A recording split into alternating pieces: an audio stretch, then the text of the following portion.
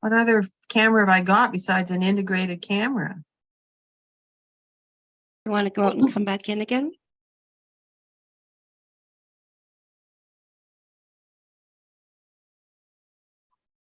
Okay.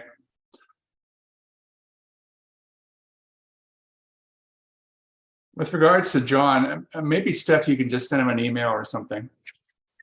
I'll just, I think we should start the meeting. Mhm. Okay, I'm going to call the meeting to order. It's 12:33.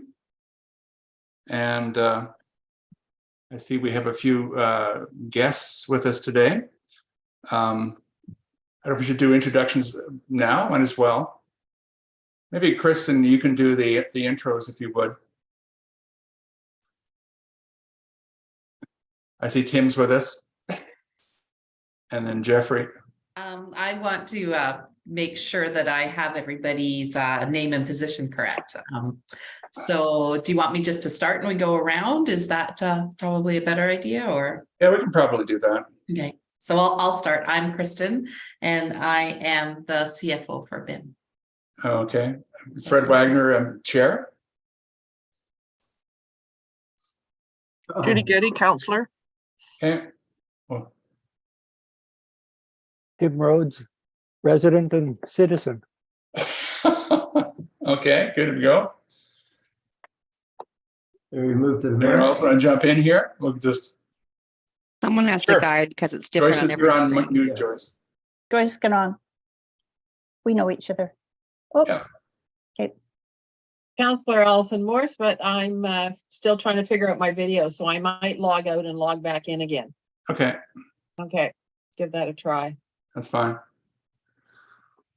Andrew Leonard, and I'm a committee member on this committee. Yep, thank you. And Daniel, we've all met, I think, previously. And Jeffrey? Good afternoon, everyone. Thank you for having me here this afternoon. My name is Jeff Fitzpatrick. I'm the Division Manager of Design and Development for Regional Parks, and I'm here to speak, or here as support for the Cape Roger Curtis proposed park item. And happy to answer any questions, and I'll take my cues from the committee when you wish me to contribute, but grateful to be here today. Thank you. Okay. That's fine. I think the do we? I guess in that particular case for Jeffrey, is he considered to be here as an observer or as a participant in discussion? He's helping support Daniel with questions. Okay, great. Alrighty. So again, we haven't seen John yet, but we'll move. He's on his way. Oh, he is, eh? Okay, great. Okay, we'll move to the revised agenda that was provided. We have one, which is 1.1 introduction of late items and approval of agenda. Are there any additional items to be added to the agenda for today's meeting? Not to the open. Judy? We did a budget with the trust last week, and they've put out a press release, so I can briefly report on that if you'd like. Okay, maybe we can do that under let's just see. Other business? Yeah, new business, yeah. 6.1, we'll just add it as a reference for Judy to give us an update on that particular point. So we have, I'll propose a recommendation that the Finance Advisory Committee approve the agenda as revised for March 13th, 2023 for today's meeting. Thank you, Judy. All in favor? Aye. Okay, thank you. We'll move forward. Adoption of minutes. In your package, a copy of the minutes of March 3rd for the FAC were provided. And again, I'll provide the recommendation and that the minutes of the advisory committee meeting held on March 13th. March 3rd, I think it was, be adopted. Can I make a comment? Yes, of course. Underneath Kristen's report on the 5-year financial plan, the first bullet on whatever that page is, page 5, it looks like. The announcement was, I think it was 2.37 million from the growing communities, and the 500,000 was for the multi-use path in addition. So it was a total of 287 of provincial grants, but Okay. this is specifically about growing communities. Okay, thank you. People will spend more than the 2.8, so let's keep it real. Yeah, no doubt. Okay, thanks. Any other revisions or proposed to those minutes? Okay, can I have a seconder, please? Judith again, and any questions or comments before we adopt the minutes of March 3rd? Seeing none, all in favor? Thank you. All right. Great. Public comments. Anything, Steph? Nope. Nope, thank you. Okay, we have point 4, which is 4.1. And this is a council referral to this committee. And it relates to the Metro Vancouver application for rezoning and OCP amendment for Cape Roger Curtis. And Daniel, this will be your area. And if I can ask you to proceed, please. Thank you. So I know that definitely the councillors on the meeting are very familiar with this, and probably the members are as well. But I just have a really short presentation to give. Sure. Just to do the sort of very high level of where we are in the process, what's before us today. Yep. Yeah, let's see how we're doing. Okay, so as the committee is probably aware, Bowen Island Municipality has received an application for an amendment to our OCP and land use bylaw for a proposed regional park at Cape Roger Curtis from Metro Vancouver. So it encompasses these 24 lots in the sort of dark green at the Cape. Just in terms of overview, the properties are currently zoned rural residential 1. So that's our sort of most basic rural zoning. So each lot would be permitted 1 dwelling and then accessory uses. So for example, 1 accessory dwelling use or a detached secondary suite zoning. And then also relevant for this application, our land use bylaw has uses that are permitted in all zones. So it permits bicycle paths, equestrian trails, pedestrian trails, boardwalks, educational interpretive signage, open space, natural parks. So many of the sort of parks uses that are envisioned in this park or other parks in Bowen are permitted in all zones. So for example, the Bowen Island Conservancy owns 3 of the lots of Cape Roger Curtis that they hold as an ecological reserve with trails and interpretive signage. And that's a permitted use in the rural residential 1 zone without rezoning required. But the proposal that's before you, as you're probably aware, rezone the property to a park zone. It's like passive park 1 with a zone variation C over a portion of the site to permit supervised overnight use of up to 100 campsites. And you can see on the site plan here that what's proposed is sort of a mix of different forms of camping. So the walk-in, bike-in, tent camping, the group tent camp, car accessible tent camping, or tent cabins. In terms of where we are in the process, so we received this application in January of this year. And then at February 27th council meeting and committee of the whole, council was introduced to this application and referred it to a number of advisory committees, including this one, a number of external agencies, and to public open houses. So you may have participated last week in open houses that were held at BIX and then held online. And then in terms of moving forward, then we would be returning, staff would be returning to council with the results of the initial consultation to committee of the whole before needing to proceed to a regular council meeting for consideration of first reading. Following first reading, we would have required referral to Islands Trust and probable, the recommendation would be, again, referral to committees and further public engagement before proceeding to any second reading. And then the process would be a public hearing, which is the formal sort of public hearing where people speak directly to council on a proposed bylaw. Then a bylaw would need to be given third reading, referral to the Islands Trust for the OCP Because they got the approval, letter we sent yesterday. and then finally consideration fourth reading. So just to sort of ground people of where we are in the process. And then at that February 27th council meeting, council referred, as I said, council referred this application just to a number of committees. And so the Finance Advisory Committee today, you're actually the first of these committee referrals that we've held on this referral. So you get first stab at this. And so the recommendation that's in your committee is just, or in your agenda is just to provide recommendations regarding the rezoning to council. Okay. I'll stop there. There's obviously lots of details and lots of questions, but that was just to ground us. Maybe I can just provide an initial comment. I'm thinking as chair of this committee that the interests of this particular committee are financial in nature. Mhm. I mean, there are a lot of social implications for what's being proposed, some of which may have related financial implications, but our focus as a committee is what are the dollars and impacting the community in terms of this proposal. So it accounts for some of the land value references, which we'll believe for shortly later on as a point. But I'd like to open it up for any of the members of the committee for their comments or questions, please. Joyce? Could we have Kristen's overview of the land values and tax revenues before we get into discussion, please? Would that be okay? Legally or whatever we have to do to I think follow it would be fine. I'm good with that. Thank you. So why don't we'll proceed on that basis. That'll provide a more wholesome position as we're getting into discussion.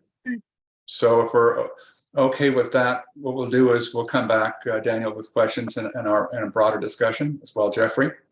And right now we'll move to basically the proposed, which is 401C, which is, there's one from Kristen and also one provided by Tim Rhodes, a revenue analysis, which is D. And in terms of that, Kristen, did you want to go first, or would you rather have Tim come first on that order? Because he's provided information. Yeah, I'll speak first just to the land value. That's very straightforward. It's just a quick mathematical calculation. Do you want me to share my screen? We'll look at that document that was provided as part of the agenda. You can do that. I made a copy, but Or yeah, does everybody? Tim's as well.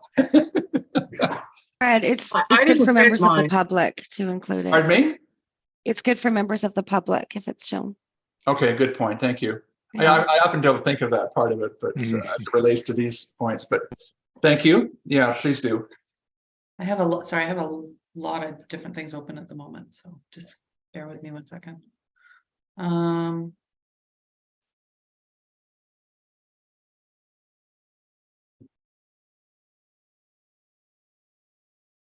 Here we go. You want me to share it? Oh, I think I've got it. Yeah. okay. Yep, thank Okay. you.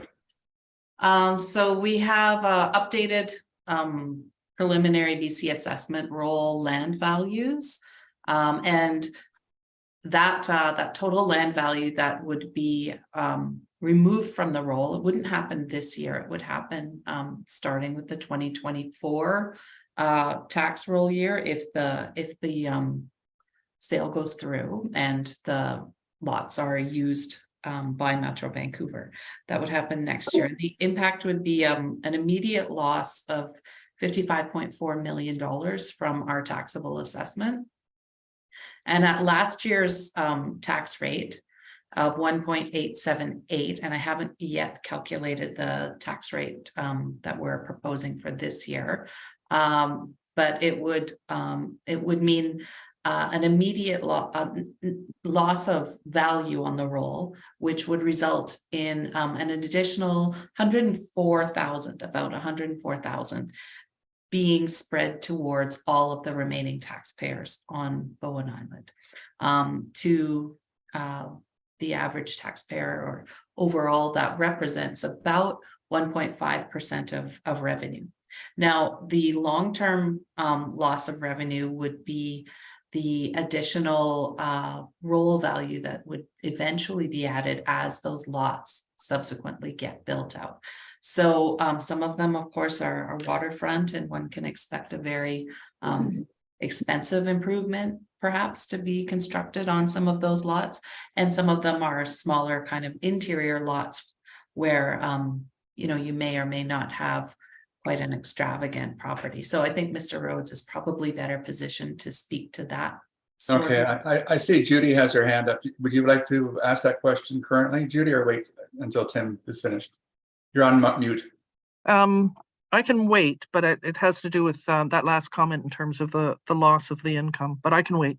Okay, Yeah. thanks. We'll I'm come back to almost that. done. And The one other additional income that we should make sure that is included in the analysis, of course, is the loss of building permit revenue and likely the parcel taxes associated with each of those lots. So Yeah. I think that was what I wanted to add. Thank you. Do you want me to take this down? Yes, please. Is Tim's available to come up? Yes, I've got it here. Thanks. Thank you. And I'll ask you to provide, you've provided a bit different perspective as you've graduated development over a period of time and possibly rates or values over a period of time as well, as that land would be developed in the normal course if it was not being placed into a park. As I understand it. Took me a couple of moments to figure out how you did it, but Well, and I think this one's easier to understand perhaps than the one you have. And I've also made it so that if there are any questions about what if, I can change values fairly quickly. But these are the actual current assessments. And as I think that's the same number that Kristen had. And then going forward, I have developed some of the properties over the years, and the green in our developed values. And I've just gone up a 2% a year in the BC assessment, and it's been a long, long time since we've had that low annual increase. It goes up and down, but the average is certainly well over 2%. But I want to be very conservative here. And then I've basically used the 5-year plan for the tax rate, which has I've used a whopping 13.3% this year, and then followed it through 5 years. And then after the 5 years, I've used simply 4%. So if we work that down to 2033, undeveloped land is a loss that year, and this is just property tax, not permits and not parcel tax, of $462,000, and that cumulative over the 10 years is a loss of 2.8. If we follow the that was the developed. The undeveloped was 220,000 and $1,825,000 over 10 years. With this gradual development, it's 462 and 2.8 million. The reason I did this was when I saw Kristen's work at the committee of the whole, I just thought, well, what does this mean over time rather than just 1 year? So I'm quite prepared to answer any questions. I just want to mention that my values for the property, I did slightly higher than Kristen's, just based on my real estate experience.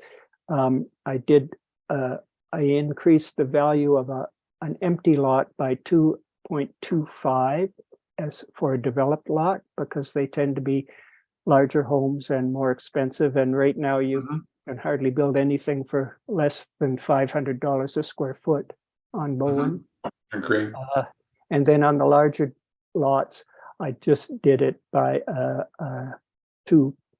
factor of 2 because their assessments were higher. And that basically those are the assumptions. I will say here that the home price index on Bowen has gone up 80% since COVID started from 2010 to went up 80% from 2010 to 2020, those 10 years pre-COVID, and from 2013 to 2023, which includes COVID, it went up 80%. Sorry, those numbers are in the wrong place. Should be 76% pre-COVID and 80% post-COVID. So Mhm. COVID, although it made a dramatic effect for a couple of years, overall hasn't had a great effect in over 10 years. And basically the home price index on properties with homes has gone up 53%. Sorry, 20, the 5 years from 2013 to 2018, and another 70.5% between 2018 and 23. So all of that just to say that I think my numbers here are quite conservative. So if there's any questions, I will also say I'm not an accountant, so this is a very basic analysis. Yeah, no, I appreciate your work on this, and provides pretty interesting information. Yeah. Perspective of what's occurring. I mean, and also in line with the growth in population on Bowen Island in that time frame as well. It kind of reflects or supports that type of position as it relates to the numbers. So I'm going to go to questions, and I'll start with Judy, and then I'll have Allison, please. Thank you. So Kristen, when you say building permit revenue, I thought we were trying to set it up so that that would be neutralized in terms of the costs that we charge people and the expenses that we have in the planning department. We may not be there yet, but that's the plan, isn't it? So that that would be neutral and not necessarily a loss. Well, it's certainly, it's neutral in the respect that when we have our staff working to carry out a building permit, they are matching the work to the value of the permit. Unless we're going to say, if we're going to say that we're going to suffer a loss in building permit revenue, and those staff are going to be suddenly not with us anymore, then it would be neutral. But I don't think that's the case. There are a whole lot of other internal projects that are likely going to be considering working on. Policies always need to be updated, bylaws always need to be updated. So without without the equal and offsetting cost of the staff component gone, building permit revenue loss is going to be is going to be an impact for sure. Okay. The second question that I had was, and we talked about this briefly in the last meeting, but all of this potential tax in revenue, it would only be absorbed by the rest of the taxpayers if we didn't bring down our expenses.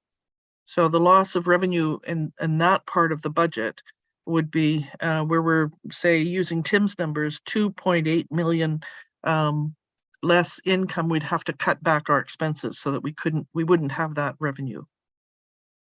Right? It's not that it would necessarily be absorbed by the rest of the taxpayers unless we didn't cut down on our expenses. Right, and I think that that in Daniel's report there is something alluded to. There are going to be some cost savings. There's going to be less winter roads maintenance on those roads and things like that that are going to be taken over by Metro Vancouver. I haven't done an in-depth analysis to kind of determine a reasonable estimate of what that offset would look like, but certainly it's not going to be as impactful as the loss of revenue. Okay, thank you. Thank you, Allison, and then Joyce. So that last comment of Kristen's just raised another question in mind. Going back to the loss of tax revenue, Kristen, have you had a chance to, have you run the numbers so we know what the mill rate was in 2022? So if we'd lost that $104,000 of tax revenue, what would the tax rate have been?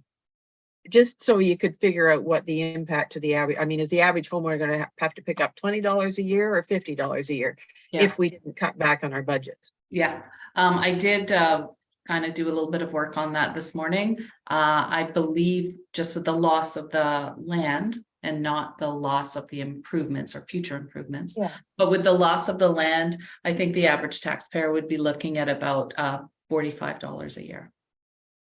And the average taxpayer is about a $1.2 million house? No, the actual number is 1.486, so I just used 1.5. Okay.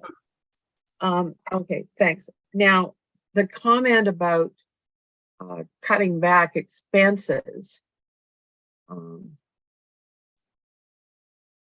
I guess, you know, I'm not sure that we do. And then the comment about the roads and saving money on snow plowing. Have we had a commitment that Metro's taking over all those roads?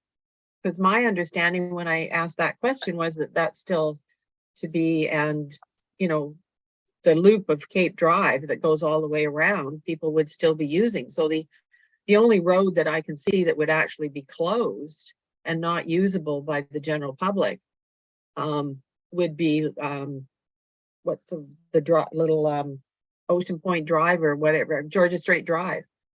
And that's not a very big road and probably isn't snowplowed anyhow. So I don't know whether there'd be any saving with snow plowing or road maintenance. So that I think is maybe one of the questions or recommendations maybe we should be considering as a committee is contributions to road maintenance for the roads that'll be used by the park users. Yeah. Okay, thank you. Daniel, did you want to respond to that point specifically, Yes. Joyce has a question as well.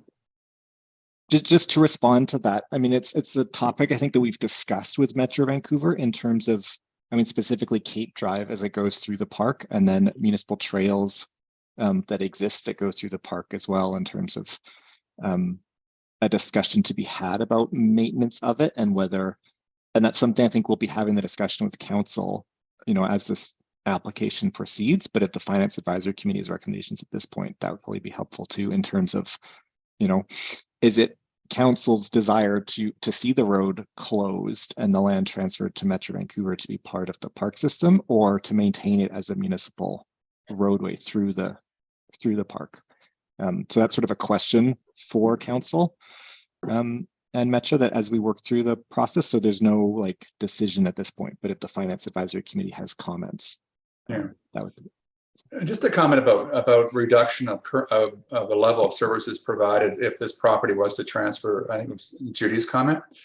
I'm just wondering, recognizing that most of this property is currently undeveloped, I mean, in that area anyway, that I don't know if it would actually reduce the amount of cost to the municipality, and other than maybe for a few small things. But the question of will impact future expansion of services or the cost of services over time.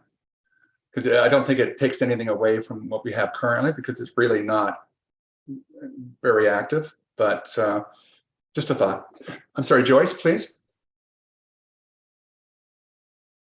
I'll take my hand down now so that it's gone. There we go. I've got a few comments. The first ones are related to the lost revenue. And the first one is a caution. We do worry about how much individual taxpayers are paying. So I don't think we should be overly light about, well, you know, the tax revenue isn't going to come from those properties, so we don't really have to worry about it. The rest of people will pick up the taxes. I think that's something that we have to be very careful with, no matter when our decision is. So I would ask that we watch our language on that.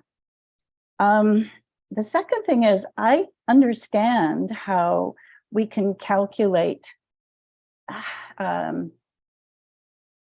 the spread of that lost tax revenue across the rest of the taxpayers at the beginning. But after a transfer takes place, there isn't an assigned value to those properties anymore. So it's kind of false calculations to me that it's all to do, as Judy says, with the budget later. It's not to do with whether those taxes are lost or not. We can't calculate that because there will be no value attached to those properties. So I regard that as actual lost revenue because it's not going to happen. So that's a comment that I hope I'm being clear with what I'm saying, and Fred's much better at this than I am. So if I'm not clear. Well, I think you're pretty clear, maybe, Joyce. Okay. I So, think you got it. okay, good. So I'm concerned about that, and I don't know how we figure that out, but there is a major lost revenue over time, especially. And the second thing I would like to talk about is infrastructure and the impact of a park on infrastructure. If we have the development of 24 properties in the Cape, to me, over time, the traffic that would happen would be less than traffic of a park. I know that the intention is that there be a low vehicular traffic into the park. But experience says from what has happened over time, especially with the pandemic, yes, our walk-on passenger traffic has gone up, but so has our vehicular. And I am concerned about the impact of infrastructure all along from the ferry all the way to the Cape.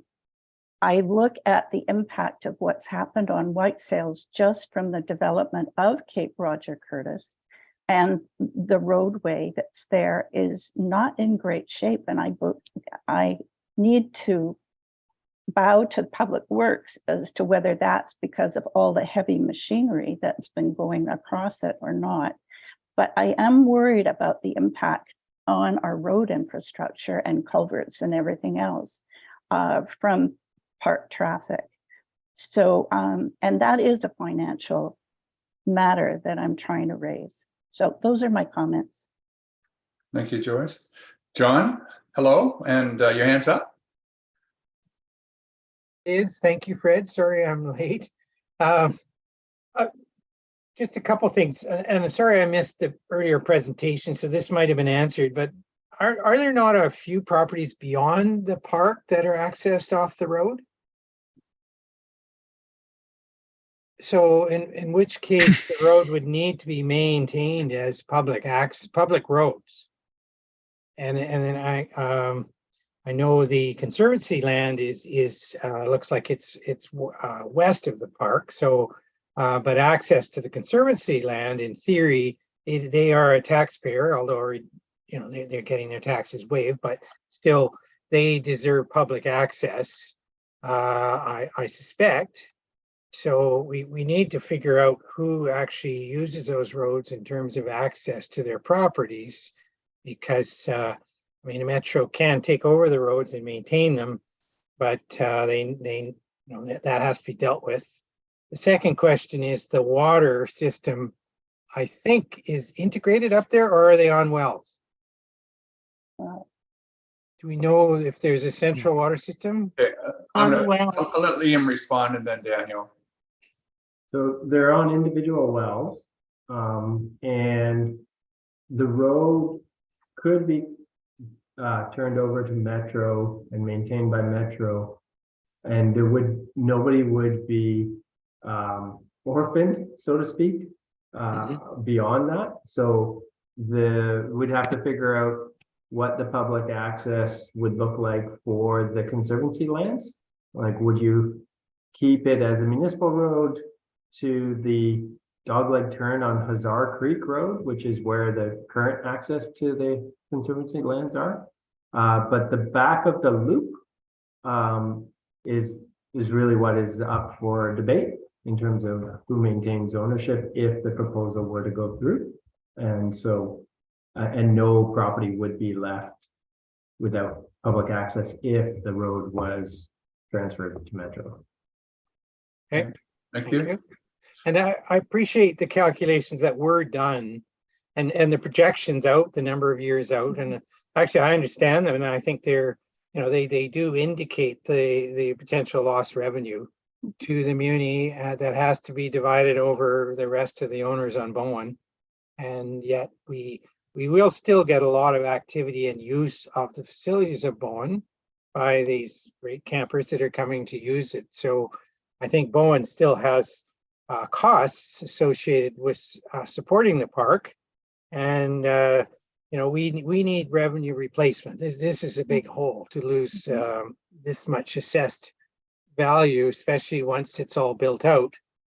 So that, you know, there's just no other way to look at it. It's highly unusual that park is bought where it's already assessed and has the potential for such extremely high assessed values. So normally this is not even a consideration, but in this case, you know, the OCP and everything was done based on there being 10-acre lots, and the service plans and everything were developed based on servicing those lots and revenue projections for recovery. So I think that's, you know, that's certainly the number one issue. Thank you. Thank you, John. Judy?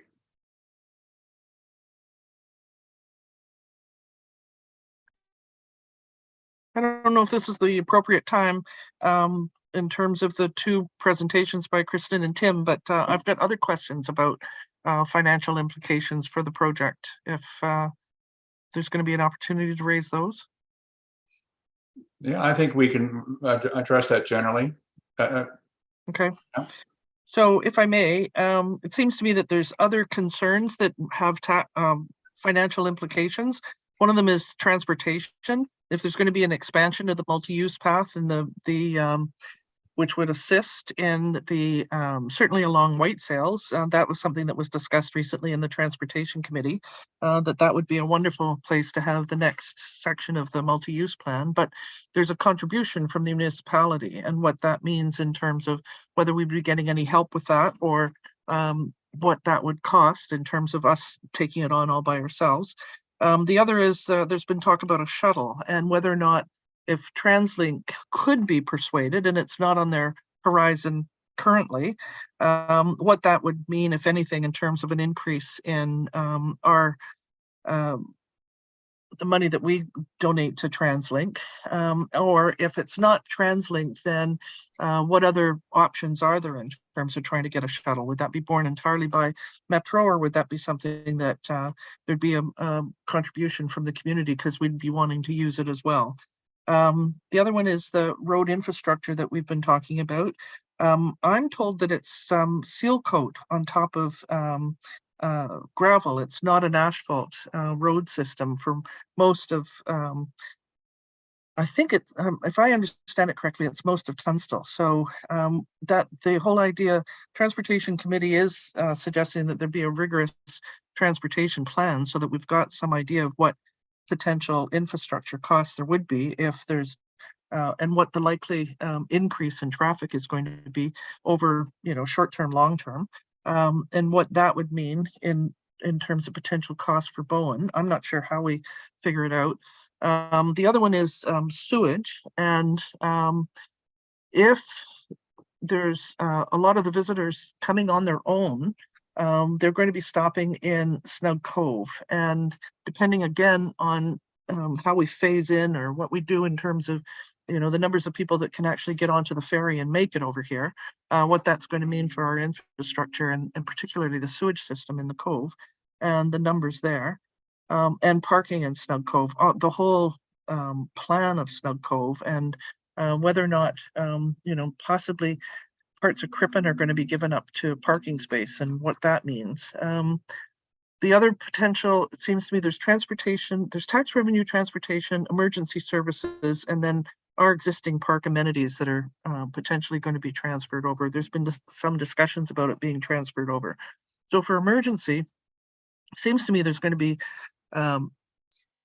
potential impact on police, fire, and medical services, or ambulance. And I don't know that there's an existing or realistic evacuation plan for that area. It's going to be really hard to access by water, and it's the farthest point away from the ferry if people need to have an emergency evacuation. So whether or not that if there were something like a helicopter evacuation point, it's also far enough away from Radar Hill that we couldn't get people to it very easily. So while we have fire hall number 2 on the far side that can become more active and maybe be the focal point, we still have potentially additional expenses. And if the numbers of visitors increase, and the what does that mean in terms of our volunteer fire department and whether or not we end up having to and police, does that bump us into the category where we have to start paying for those services earlier? So the last point was the park amenities, and if the trails and beaches that are municipal land now are going to be handed over as some sort of an amenity that sweetened the deal or that was being discussed before, what's the value of that, and what are we, in terms of looking at the ledger, what are we gifting to Metro, to or potentially, if that's still part of the discussions, I'm not even sure. So what's the value, and what is our cost to maintain those as whatever the current responsibilities are? So if we're getting a benefit in terms of not having to pay the cost, what are we giving up in return? Okay. That's all I could think of. Thank you. Yeah, I think it's like everything else at this stage, there's a lot more questions than answers, and it's important to bring those forward generally. So that's part of the consideration. I'm going to ask Allison and then Andrew. Just a quick point of order, Chair. I don't know, because it sounded like a stack of questions from Councillor Getty there, whether we wanted to allow our guest from Metro Vancouver to respond to any of those, in particular the financial implications. Okay. Excuse me. Jeffrey, will provide you that opportunity if you'd like to, if you have any to address on those points. Through the chair, yes, thank you.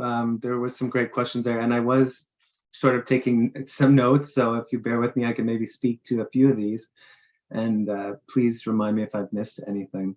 So lots of good discussion here, and maybe I can I'll start with the transportation issue that was raised. So there's a number of transportation items came up here. We do have a transportation study underway, which we will be providing to the municipality shortly here. And our proposed approach on this park is to focus people accessing the park by way of a park shuttle and trail access. And of course, some parking will be required, no doubt, for accessibility and other reasons. But we are trying to think about access in a different way as what we've done in the past for parks. So it's an opportunity to be sustainable in that way.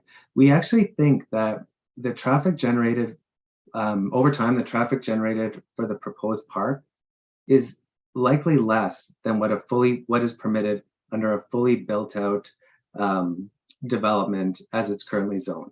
So it's our goal not to stress the municipal infrastructure more than what is originally permitted. Now, there were some questions about investing in infrastructure related to that. Certainly, if there are improvements to the road network that are required related to the park, of course, we would want to work with the municipality on that. As well, we would wish to work with Bowen Island Municipality on the realization of the greenway access to the park. It's a really important piece, like as we talk about connecting people to the park for hiking and biking access, that infrastructure is critical. So we would like to work with the municipality on that. The shuttle also came up, and that is something that we are conceiving as something that would be funded and provided by Metro Vancouver. So a dedicated park shuttle providing access to the park. And we've actually been, we've had a few pilot projects on this. So we have another large park project on the other side, kind of on the other side of the region, where we're proposing to run an electric shuttle to the park. It's a new park. So we're going through a rezoning process as well. And it would be a similar model, dedicated shuttle access provided by Metro Vancouver. Now, we do still would like to improve transit access to the park, but as we look at it, we know that the existing routes are timed to the ferry, so it's not a simple task. But we are also working with TransLink on the potential expansion of service to the park. But that is the current thinking on that. The municipal road system within the park also came up, and it's an important question. And of course, we would work with Bowen Island Municipality to understand what the wants and needs would be on that. But it is our practice to take over road networks in the park if it's of interest to the municipality. And in that case, we would take on the maintenance and upgrade and capital replacement of that infrastructure over time, along with the trail. So there's a cost to that, and we have engineers on staff who do that work. I'm sorry, I'm running through my notes here, but feel free to stop me if this is generating any other questions, or I can keep going. There was a few other points raised. I'll look to the chair. Yeah, you can go ahead right now while you have, and then I'll go to Allison next. Okay, I'll try to be brief in my comments. Councillor Getty raised the question of infrastructure in the Cove. That's an important consideration as well as we look to access to the proposed park, shuttle, and how people stage from that area. As the committee knows, we do have quite a lot of land holdings in the Cove. We have a number of public washrooms there at the time. They're pit toilets, but perhaps some upgrades are required. There are a number of facilities we could work with, and as the committee knows, we're making a significant investment in the Davies Orchard area, so there could be peripheral work to that as well. So that's an important consideration.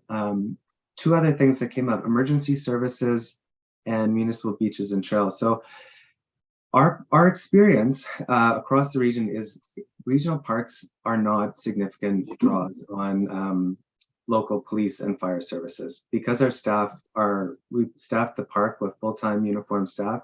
We have rangers. We're trained for fire suppression.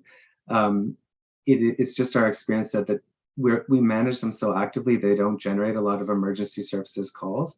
That said, we invest heavily in preparation and equipment, so we are ready when needed. And in fact, we can supplement municipal fire services in terms of some of our training. The last question was municipal beaches and trails. Ultimately, it is up to the municipality on if those transfers would occur, but if they were to occur, we would take on the responsibility for maintenance of those and improvements that are required to manage that land. So anyway, thank you so much for the opportunity to speak. If I missed anything, please let me know. We might have something else coming up here, but we'll let you know. Thanks. Allison? I guess one of the follow-up questions to the revenue side, Kristen, if my memory serves me correctly, the tax roll for properties that are exempt from taxation shows their assessed value and shows that same value as an exempt amount. So we would be able to calculate the lost revenue, or if we zoned it park, then the value would be minuscule, right? Councillor Morse, I would say in theory you're correct. However, my experience with the roll values on exempt properties is that BC assessment tends not to focus on them a lot because they're exempt. So typically an exempt property is valued relatively low. Yeah. Okay. And then the other question has to do with, I guess, ongoing costs and the things I'm sort of that I have had people raise to me. Who's going to pay for patrolling the public roads and people who just decide they want to go out to the park and they go and park on Tunstall or Whitesdales or Cape Drive and walk in, or think they can walk in? I mean, and there's lots of ways to access the trails from back roads. So how is that? I can see an impact to our bylaw enforcement people and things like that, with cars parked where they shouldn't be and sort of crowding some of the roads where you could access a trail to walk in. So that's just sort of a future cost I was thinking of. And then, of course, the cost of building the multi-use path. I mean, if it's bike travel out to the park, then there's got to be a strip of road that they can bike on, because you're going to get very frustrated drivers trying to follow somebody on a bike. Yeah. Thank you. Andrew, I think you still had your hand up before.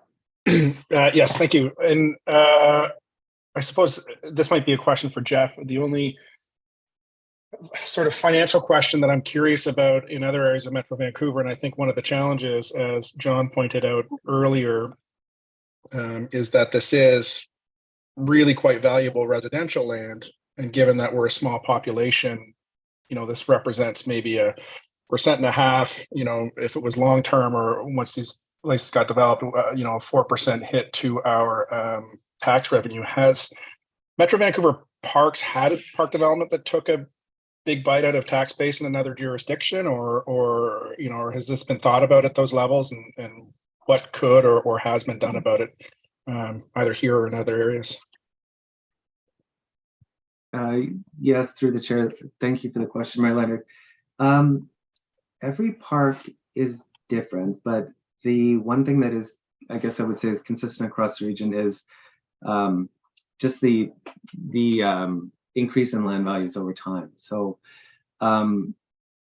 in the case where we are acquiring large portions of lands and rezoning significant areas, there are impacts to the municipality. I'm thinking about our work in Coquitlam on Widgeon Marsh, and in the Tri-Cities on some other large acquisitions. Now, in those cases, the municipalities are larger by population and budget size. So it is tough to find an apples to apples comparison, but yeah, the consistent theme is extremely high land values, and in fact, where we often buy land, it's scenic, it's beautiful, it's waterfront, it's so the land values are quite high. Often, and we do have these conversations about contributing to municipal infrastructure, and often when we do it is through a rezoning process. So case in point, the idea of an investment in the multi-use pathway. That is something that would typically flow out through a discussion like this in the rezoning process, and through that process we would make that contribution. So I'm not sure if that answers your question fully, Mayor Leonard, but at least some comments for you. Yeah, and maybe it's not possible to fully answer it now. I guess during the rezoning process, and my understanding is that phase 1 of the engagement with the community is just completed. There's going to be phase 2, and I think ultimately at some point we're going to be looking for good news commitments on defraying some of the financial costs, both the infrastructure and some of the lost revenue that we're seeing as a result of this proposal. Yeah. And given that you've just completed phase 1, I don't want to hold your feet to the fire, make any commitments now, just to know that our community will certainly be looking for it. Mm-hmm. Yeah. Okay, Allison, then Kristen. Sorry, I forgot to lower my hand. Okay, Kristen, or your hands. Thank you. Thank you, Chair. I just want to make sure that that Metro Vancouver is clear about Bowen Island municipality's ability to continue to phase and work on the multi-use path. So it actually is in our 5-year plan, but it is contingent on grant funding with a municipal contribution to that grant funding. We do have confirmed grant funding to complete a phase this year. We have grant funding confirmed to complete another phase next year. Beyond that, it's all we will apply for the grants, and there's no guarantee that we will get them. So it's really important to know that these projects are only going to go forward with continued grant funding. So it could be possibly a much more expensive project than anybody's really anticipating on. There was that piece, and the second piece that I just wanted to raise was the discussion around emergency services. Emergency services and the volunteer fire department the volunteer fire department is a huge piece of emergency first response on Bowen Island. It works in partnership with BC Ambulance, provides an incredible amount of support to BC Ambulance. So the reliance on our volunteer fire department is not just about dealing with fire risk, but it's also about responding to medical calls, and that additional load to be placed on the backs of a bunch of volunteers is something that's a little bit hard to quantify economically, but it's certainly something I think that needs to be considered. It's not just about fire. Thank you. John? Thank you, Fred. Just thinking of the multi-use path, it probably in the long run it will work as long as there's not heavy traffic on it. It really isn't that suitable for two-way cycling traffic, especially with some of our hills. And then as the use of e-bikes emerge, I think a number of areas are already seeing a problem with cycle path designs now, where you have bikes that are moving much faster than people anticipate, especially pedestrians. So I mean, just as a general issue, I think our multi-use path works now because it's based on really the fact Bowen isn't really a great cycling destination.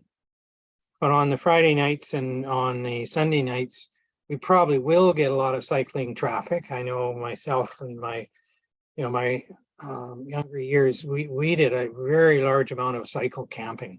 I mean, it's a great way to get around. And you can go right to the campsite with your bike and your panniers and all loaded. And I think people will discover that. And but it's going to put quite a burden on our road, and maybe the cycle path, especially coming up from the ferry, we may end up having to make it one way only, or perhaps restrict it. The causeway and through Stanley Park's a great example. They had to put up those fences because unfortunately bike clipped a pedestrian and she fell into the traffic, and that triggered this next step. So we don't want anything like that to happen, but there will be increased cycle traffic due to this new park, and of course that's great. People are using a green method to come and go, but Bowen Island is not really a cycle-friendly destination. Our roads are very windy, and people don't expect bikes. So we are perhaps building in a problem that needs quite a bit of thought, I think. And then just quickly, Galliano Island and Montague Park is a great parallel. There they have a community shuttle where run by the pub, used to be. I don't know who runs it now. But people are shuttled from the park to the where the pubs are and back, and it'll be great for our perhaps our restaurants to benefit from the traffic of that. But yes, it will add to the load on the the services there. And finally, I think Metro did answer my question that there shouldn't be a police issue, because certainly my experience from the University Endowment lands is the RCMP there have had a terrible time dealing with Wreck Beach, because the funding models are based on permanent population, and the assignment of RCMP officers are based on permanent population, and people coming and going for day use or other longer term uses aren't modeled in the RCMP funding. But I'm trusting the answer from Metro that with full-time staff on site, that shouldn't be an issue. Thank you. Thank you. I'm Joyce up, but I was going to check. Daniel, were you going to respond to something that was said, or you have a new point to make? Oh, I just wanted to respond to John, just to appreciate your comment about the multi-use path. And more just in light of the fact that we frequently get comments about the width of the multi-use path, that it feels wide. But just to agree that yes, it is sort of it's the minimum standard for a two-directional multi-use path. It's 3 meters wide. So it does meet the standards required, but it's the minimum width that people recommend. Thank you. Joyce? Kristen, I appreciated you interjecting a clarification, and I'd like you to interject with another clarification for our friends from Metro Vancouver. And that's just a comment about what our tax base actually is, relatively residential and industrial, just so that it's really clear what we're talking about here. Do you mind? Kristen? Certainly. Yeah, so unlike probably most of the municipalities within the region, we have such a little sliver of industrial, or what we have basically no industrial, and such a little sliver of business that over 98% of our property tax revenue is collected from homeowners, residential homeowners. So we don't have that kind of nice mix to try and spread the tax burden around as most of the municipalities. That's certainly the larger ones. Thank you. Thank you. I think we're probably coming near the end of our discussion. I just wanted to make one comment generally. And I actually had one quick question was, will the park be operated on a seasonal basis, or is it a 12-month a year park that will have staffing throughout the year, or only for specific periods of time? Because there's no restrictions to access, I guess my comment, even out of season, you have a potential level of usage that could occur overall. And and there are implications, I think, generally into the community for that. Just a first comment. And my other comment is basically that in terms of this committee, my interests are that we're really big on, I'll say, disclosure and transparency are keys to what we hope to achieve here as it relates to financial matters. So by even raising the questions today, we may not have answers to everything, but we're hopefully putting the points on the table so that they will be addressed in due course as required. And one further comment, is there a short-term drop dead date on this? Is this something that there will be sufficient time for, I guess, a longer window for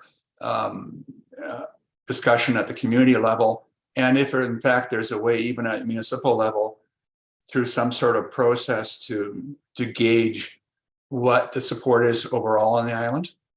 I'm not suggesting necessarily a referendum, but or something, or some way of at least having a measure of that level of support or that exists.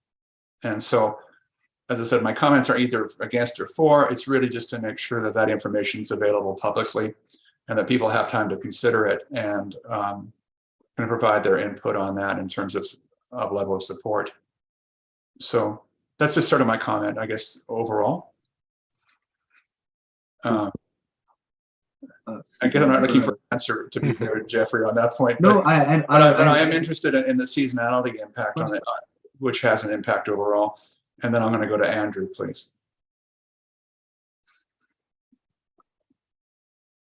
Go ahead, Jeff. Did you want to? Yeah. Yeah, no, I don't want to interject, but if you wish, I can answer to some of those. Okay, well, we can maybe leave that point. Let's see, Andrew, if you want to go first. Okay. I think we're at a point where we're going to be wrapping this conversation up Yes. quickly in terms of our other agenda items. Right. Yes. I just wanted to comment on sort of the engagement process from the end of our municipality, because I know that those are questions that we're getting both by email and online, and certainly I'm getting stopped in the ferry lineup and in the grocery store about it. A small commute. Right. Yeah. Yeah. It takes me an hour and a half to get milk now. So the point around the engagement, I think, one of the things that the community has been thirsting for, and it feels like the dam is just broken, is around some of the engagement that we've had. And we saw a real strong uptake in Metro Vancouver's engagement process. And I believe, if I'm not mistaken, it was they received the most responses on this project than anything else that they've done previously. And their role right now is to take that phase one information, that this early stage of taking in what's been out and about in the community and coming back and implementing that into park design. And that's separate from what we're talking about here at the municipality, which is the rezoning process. And in that, we've had some real preliminary discussions. I'm going through this now because I think it makes sense getting it out in the community as much as possible. But through a rezoning process, we would see a legislative requirement for a public hearing in a real formal way. We haven't really taken up the question of a referendum yet, so I can't speak to council's will on that. But I would also expect to see as this progresses, and to piggyback on what Jeff says, is that there's going to be some kind of interaction if this moves forward into, first, second, third reading of a more, I kind of imagine, like, remember old school internet when you would load an image and it would come in as lines and then it would keep getting filled in? I would see that happening. And my understanding, and Liam and Daniel can correct me if I'm wrong, is that, a public hearing is sort of legislative required after a second reading. And we would also likely have our own sort of town halls and open houses in formal ways to really plug this in, because it is a large project. So it's I don't think I can repeat this enough, and mostly for Jeff's benefit, that this is a small community that's really looking at a large development. And it's, we like park, we have lots of green space, but while it's seen as as a regional amenity, for us on Bowen Island, it's a large development project with impacts and some real tangible impacts. So all this to say, to the chair's question, I would expect, because the metro process and the rezoning process, they're kind of decoupled from each other, that we will see lots of opportunities for the community to engage with Bowen Island municipality on the rezoning process, as well as advocating sort of what our needs, desires and wants and wishes for the park are. Okay, thank you for that. And any further comments? We did actually come within the agenda for a recommendation, and I would suggest that at least the recommendation as I see it from the committee as it relates to the application is really to raise the points that we've addressed in discussion here and ensure that those points are included in, hopefully, and addressed in future discussion. Because we can't, obviously we're just kind of looking at the prospective implications of that financially. So it'll require obviously some more work involved in that. So Joyce? In the event that we had to do a recommendation, I came up with this, which might cover your points. Okay.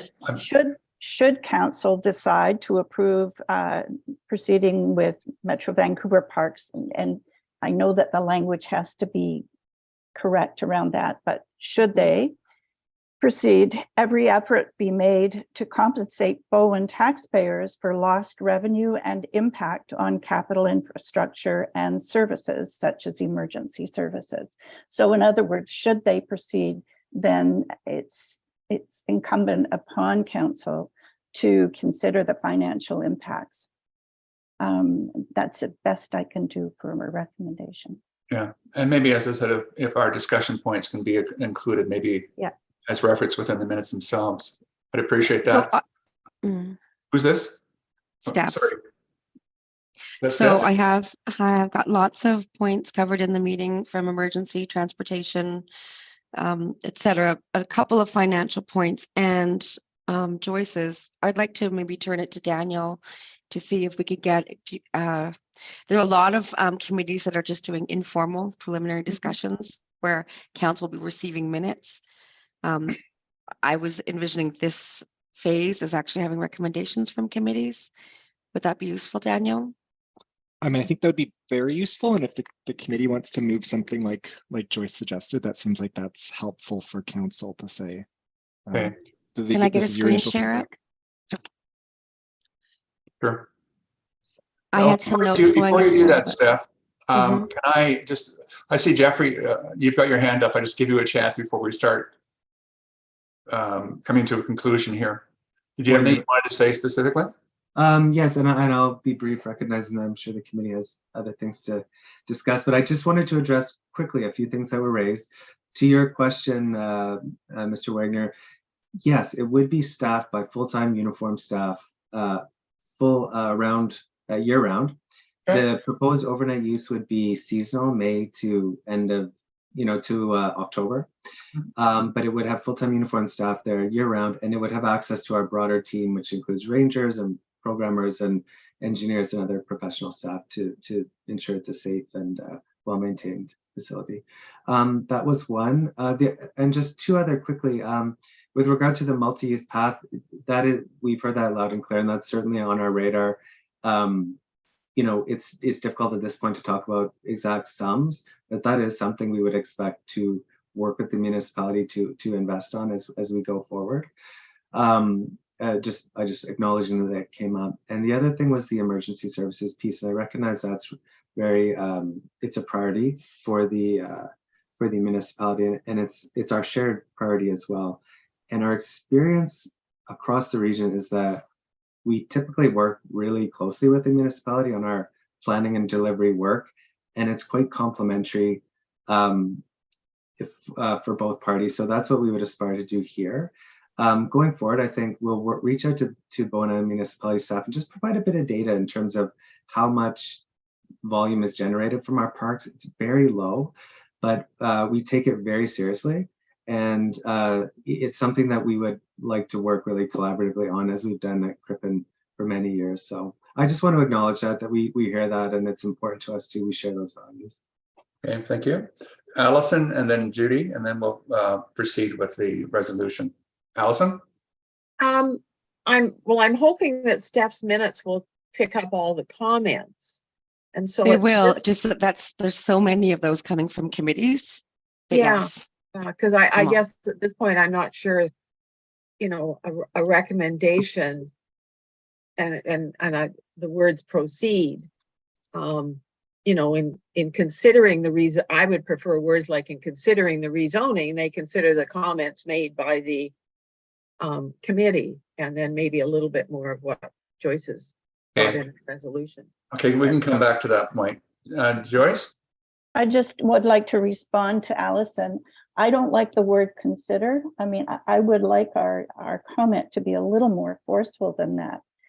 Consider means you can waffle and do nothing. I'm saying that should council decide to proceed, that compensation in various forms be that Bowen taxpayers would be compensated. Consider is just too wishy-washy for me. Well, I can be voted down by that, but just know that. I'm just concerned about the two. Decide to proceed to what? To continue with the rezoning, or proceed with having the park? I mean, I've got the next phase of the rezoning process. I was leaving that to Steph to come up with the right language for I'll wait that. to see her draft. Yeah, Okay. let's see a draft. Okay. Just give us a second. Judy? I think we need to see a business plan. We're all talking in principles and platitudes at this point, and it's all, very nice to know what's happened in different places. But I think the reality here is that we need to see some numbers, at least in terms of figuring out the financial picture. So, and then we can figure out some of our more pointed questions. Thank you. I don't know if that's in the cards, but I think we should tell the council that we need that before we can actually make informed judgments. Okay. John? Thank you, Fred. Very early in this process, I think I'd raised the issue of lost revenue, et cetera, taxation, and the answer at that time was, well, no, Metro had to pay taxes. We've since learned, no, they're a senior level of government and don't need to pay taxes. As a senior level of government, do they need to get rezoning from a junior level of government, or is this a courtesy rezoning? Because this goes to the point of whether it's proceeding or not. Okay, Liam, I think is responding to that point. So just to be clear, no regional district is senior to a municipality. So a regional district is a federation of municipalities and local service areas that are local electoral areas. And so local governments are on equal footing in all regards. The regional district does have some different legislation and different approaches because of it being a federation, but they don't have the ability to supersede municipal laws and procedures. And so has to go through the same process that any other proponent would for this type of application. Okay, sorry, just because then that creates confusion for me. So why are they exempt from paying taxes? That's because in the same way that we would be. So on our own properties. So the regional district parkland is exempt from property tax. Okay. Thank you. Okay, I don't see any further hands up.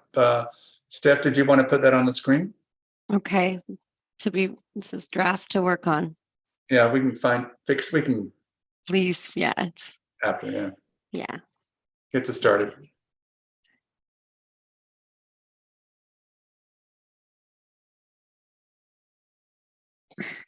And this is based on I'm going to take a position that Joyce, you're making this recommendation. No, I put Joyce's sort of in the middle. I just named two of the financial pieces that I captured. One was the property tax revenue, one was road infrastructure, which was then expanded to bike improvements. And then in here, we're talking about making efforts for known and unknown revenue. The 104 is You can do what you want with it. Yeah, your 2024 date from was 2022. Okay, so Assessments. not lost then. Yeah.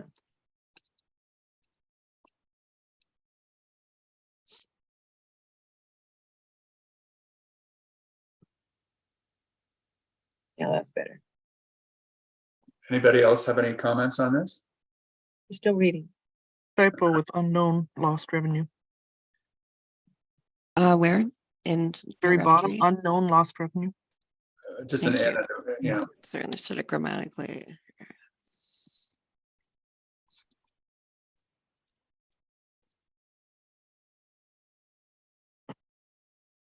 I really think there needs to be a specific reference to the multi-use path. Okay. Because you're talking in the first bit about visitor vehicular travel. And then you're saying including possible improvements that may be required to accommodate increased cycling. So like a new bullet, you mean? Well, if the intention is to access the park by cycling, we do not have adequate infrastructure for cycling across the island. So it's not possible, it's a necessary improvements Okay. to the and creation of the multi-use path that will be required to accommodate increased cycling.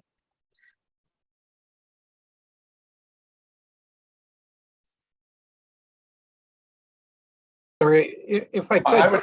I would think that would also potentially cover people that are hiking and stuff across island. Yeah, cycling and hiking, yeah. So I think it's just moving across the island other than vehicular. Yeah. But the current multi-use path won't work. It's the 3-meter minimum. Someone coming down the hill to the ferry is going to conflict with someone walking or cycling up the hill. They're coming down that hill at 20 miles an hour. So I haven't seen anybody go down it, actually. I haven't either. I think they use the road. I think they do too. But anyway, but I think at least referencing it here brings it to the top of mind. So I think the access. Is it extension of the multi-use path? Because the multi-use path stops in the cove. So it needs to be extended all across the island. But it says improvements to the multi-use path, which would, in my view, include extension. Okay, well, mine it doesn't. I would have said improvements. What about that? Yeah. Okay. It's also worth noting, I would expect the multi-use path to be discussed in the Transportation Advisory Committee as well. That's exactly. This has been referred to. Yeah. And I don't think it's May, it will be required. Yeah. And again, our reference is the cost of that project, really. They wouldn't talk about costs of the I know, but that's our kind of bailiwick, so. Yeah, so you need costs in there somewhere. Okay, whereas improvement costs to extension of and cost there, and the costs of improvements. Yeah, Yeah, What about financial impacts? sure.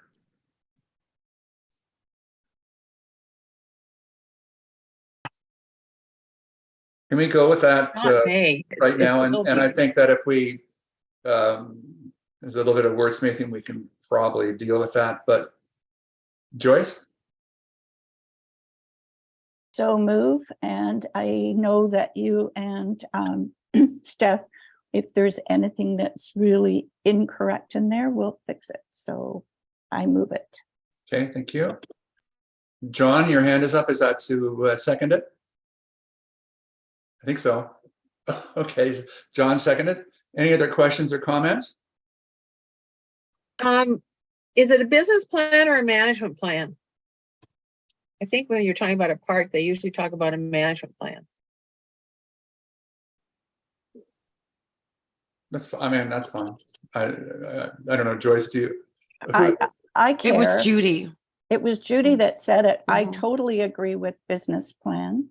We want to see what they're going to do before we get started. And it doesn't matter to me what they usually call it in parks. We're calling it a business plan.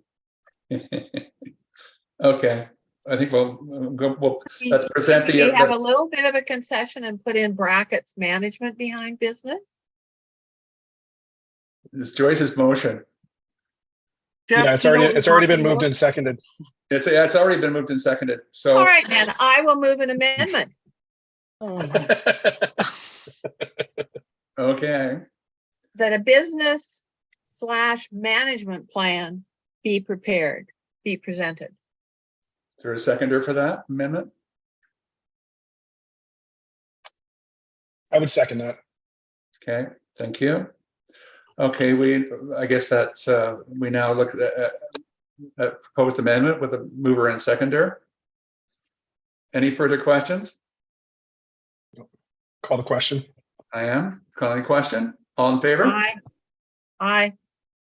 I can't see everybody, so I'll assume it's aye unless I hear otherwise.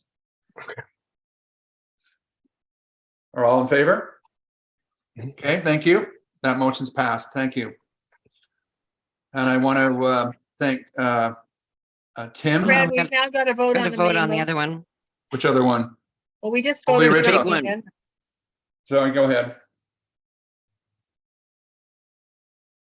So We it's just been moved voted and on the seconded. amendment. So now we've got to vote on the main motion. On the main motion, thank you. Yeah. Okay, well, we've moved and seconded an amendment. I think you just call the question at this point. Mhm. All in favor? Aye. Any nays? Not hearing any. Thank you. That motion is passed. Thank you. Anyway, I wanted to thank Jeffrey for attending today and answering some questions. Tim, thank you for the work that you've done. I think Thank you. appreciate within the community that you're doing that. And Daniel, thank you for attending as well. And Thank we'll now move on to our next level of business. So thank you very much. Thank you for having me. Thank you, Tim and Jeff. Thank you. Thanks, Okay, Brad. as soon as we're to our new group, we have 5.1 business arising and community center operating budget. And that is Kristen, please. Thank you, Chair. I brought this back to the committee based on some conversation at the last Finance Committee meeting. I believe, Chair, that it was you who requested that the Finance Committee be able to have the opportunity to review the operations budget again. As well, there was some discussion about the agreement with our partners in the operations of the facility. So I just wanted to take this time to bring this back and give members of the committee a second look at it in order to provide some more input. There's still time to make any changes to the operations plan. And yeah, I just wanted to. Okay, I appreciate that. Thank you. Everybody's had a chance to review that information. Is there any comments or questions from the committee at this time? Judy? Thank you. I would find it helpful. I don't know if it's busy work, but if there was some comparison, I know that the what do we got? The difference in rents. But I would also find it interesting and helpful to have discussions in the community in terms of all of these other items. You know, we have to have some expenses now in the existing places that are going to be amalgamated in the community center for all of these items: cleaning supplies, equipment repair and maintenance, snow removal, all of these. And what, if anything, is new costs? And I think that if, you know, if we're looking at it's going to cost 199 or 200,000 a year to run this place.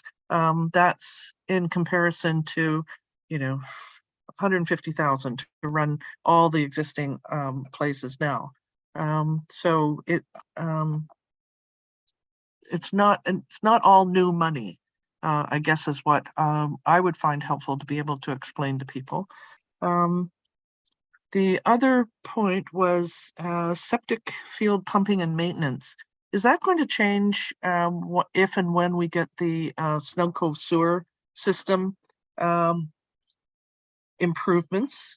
And the staffing costs. That was down at the bottom, I think, someplace. Incremental staffing costs of 227,000. And again, I'm wondering if that's all new costs, or I know that there's a facility manager, and I think that was identified in the report that was provided Okay. overall, in terms of staffing, including janitorial and Yeah. that sort of thing. So And I is think the- a lot of that is probably covered in the original presentation Oh, okay. overall. Then I need to. But you have made some points as well. I mean, I don't get me wrong. Okay. It's just that there was a few things that were, I think, were probably already covered on that level. And was the income estimate of $100,000, was that conservative? Net revenue rental projection? Seems low. I took it down from what the original revenue projections was. I think it remains to be seen through some additional work that needs to be done at the Joint Operating Committee with the HART to anticipate or develop what the expectation will be for outside rentals. If it's okay, can I just go back to some of the other? Yes, please. Councillor Getty. That's fine. So yes, I laid out the budget. I started from base year. What's it going to cost to run this facility? So I started with that.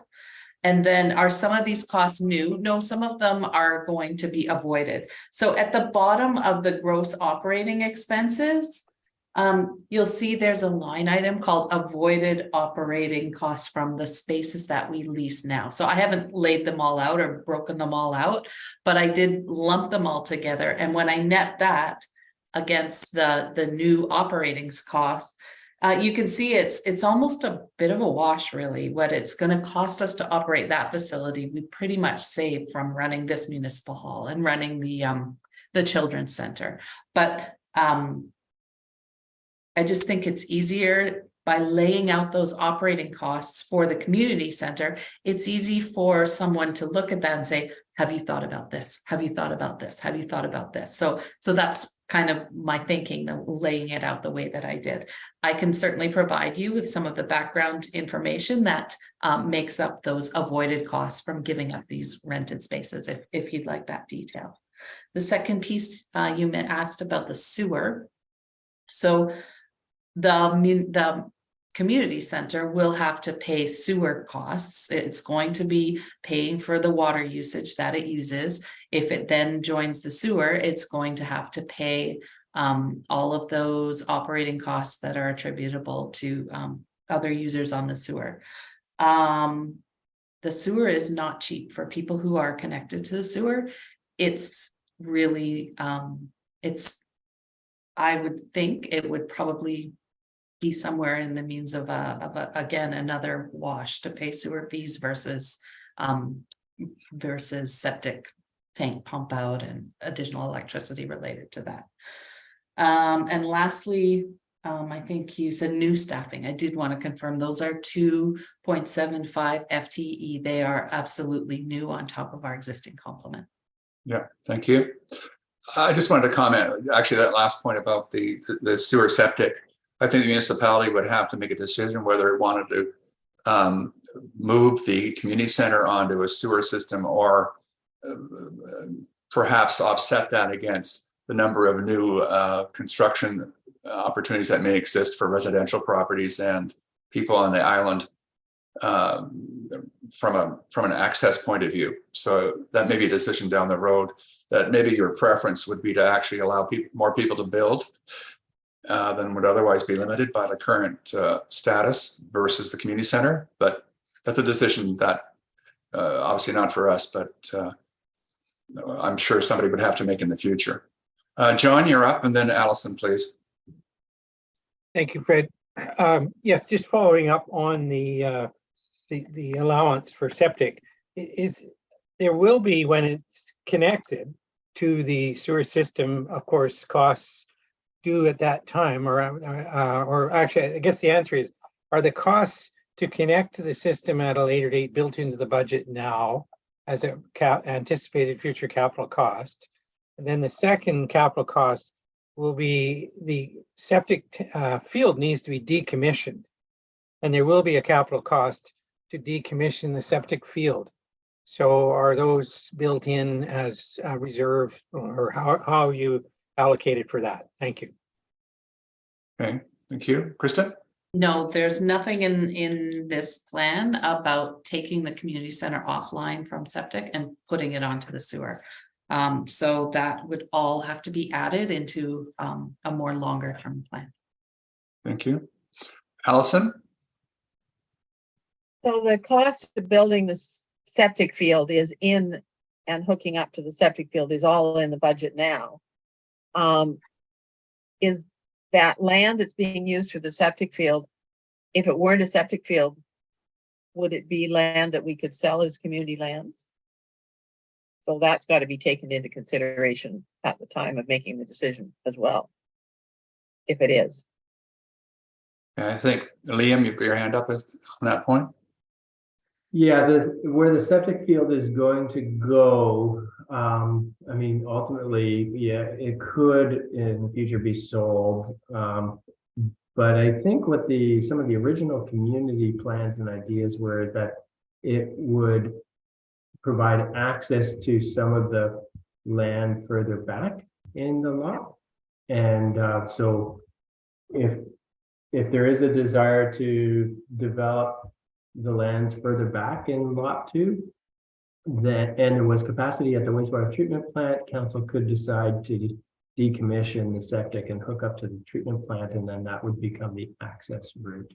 It's not likely that I mean, it's entirely possible, but it's not likely that it would be developed right where that spot is in a building or facility or something of that nature. Okay, thank you. John, your hand's up again. Yes, sorry. I think it'll be mandatory to hook to the sewage system.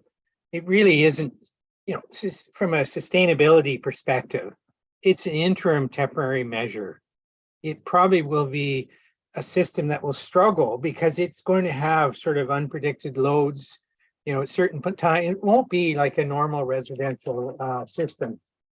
Sorry, it is a temporary thing, and really, we've got to allow for hooking up to the sewage system. That's what the system's for, is to serve these types of things, and then it'll help balance the loads going to the sewage system.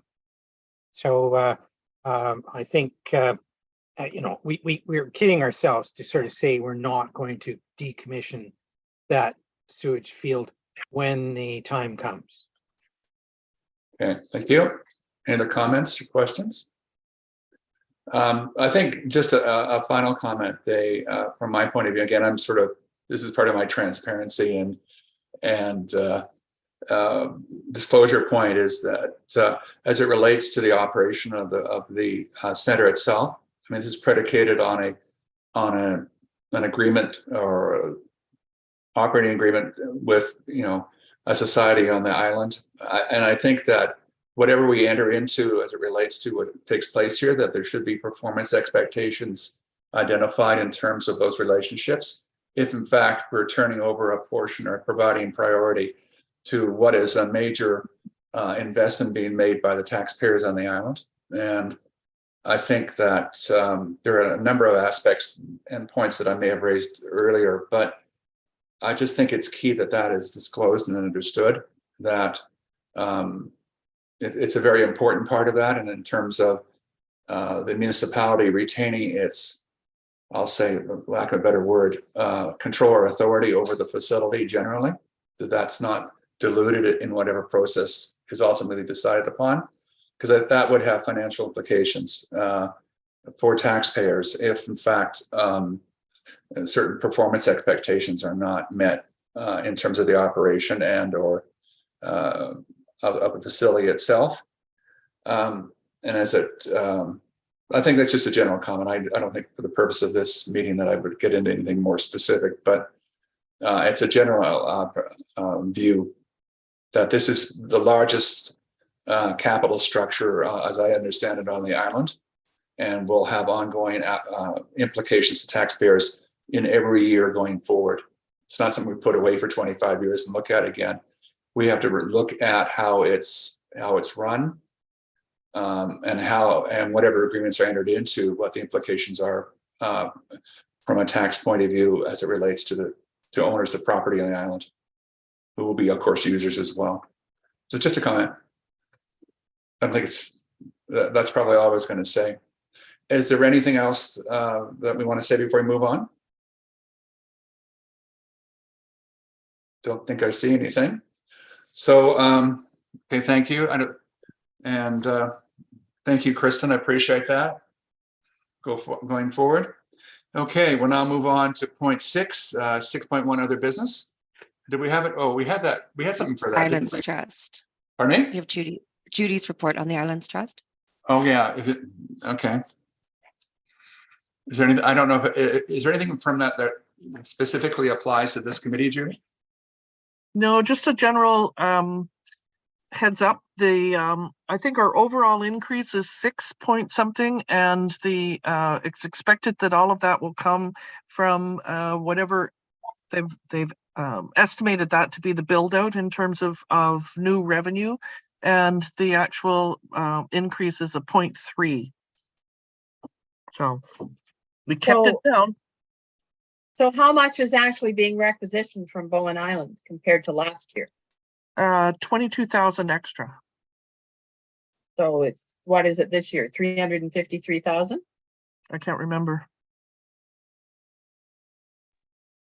It'd be, I think last year was 340 something. I'm going to be reporting later tonight on the process that we used to get there. But for the finance committee, I thought you'd be interested in that budget. I just said thank you into my mute. Yeah, thank you, Judy. Overall, okay. We'll now move to a closed meeting. There's no other points to be addressed. And do I have to read? I ask you every time, Steph. Do I have to read this out, or we just? I do have to read it out. I think it's better. All I can right. do it if you want. No, it's okay. I'll do it. You're busy. Yeah. Anyway, recognition that the FAC moved to a closed meeting pursuant to sections 91C and K of the Community Charter, 90.1, a part of a council meeting may be closed to the public if the subject matter being considered relates to or is the following: C, labor relations and or employee relations; K, negotiations and related discussions respecting the proposed provision of a municipal service that are in their preliminary stages, and that in the view of the council could reasonably be expected to harm the interests of the municipality if they were held in public. So, mover, Judy, seconder. Thank you, John. I thought you just moved it. Oh, I guess I'm sorry, I did move it. Yeah, okay, second, that's good. The all in favor?